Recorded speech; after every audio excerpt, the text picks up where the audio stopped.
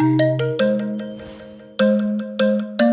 lot changes in Indian cricket. A lot happens over a course of a series.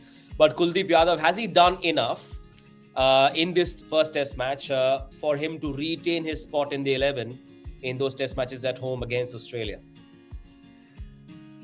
I do think it has definitely made his case stronger. And I think if they're going with three spinners, Kuldeep will definitely be the third spinner. We know that Ashwin is one.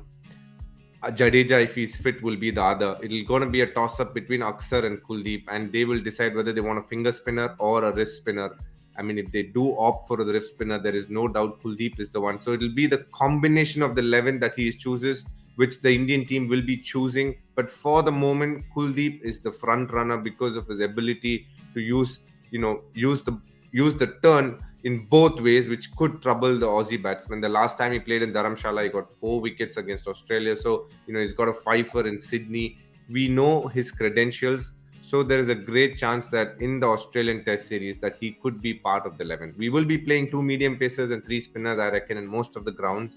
And that will give Kuldeep a good opportunity, a good shot at the left. Just for those who couldn't watch the live action and just saw the scorecard, and they'd say, okay, 5 wickets in the first, 3 not as perhaps impactful in the second innings.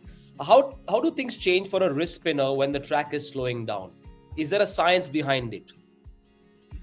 So wrist spinners, obviously the technical part, they use their wrist to turn the ball. It's pretty self-explanatory. So if there is a little speed off the wicket, they become far more effective. Why are wrist spinners effective is because they can turn the ball both ways. Their wrists are generally very nimble and very supple, and they can use it to more effect than more than finger spinners, let's say. So that's what makes wrist spinners effective. But their effectiveness reduces considerably if there is no speed in the pitch. And that is why, as the game progresses, if there is lesser and lesser speed and help from the pitch, it becomes easier to play, especially off the back foot, because then you can wait on the ball, see which way it's turning, and then react to the ball. And hence, I felt that Kuldeep, obviously, like any other wrist spinner, might find it hard. Whereas if it is a wicket which aids bounce, then that will be great as well, because then that will be something that can give you a fillip, wherein you've seen Shane Warne over the years use that rough, create that bounce, Anil Kumble as well. So the wicket needs to give you something, either a rough created or a certain bounce that's available. That will make them far more effective.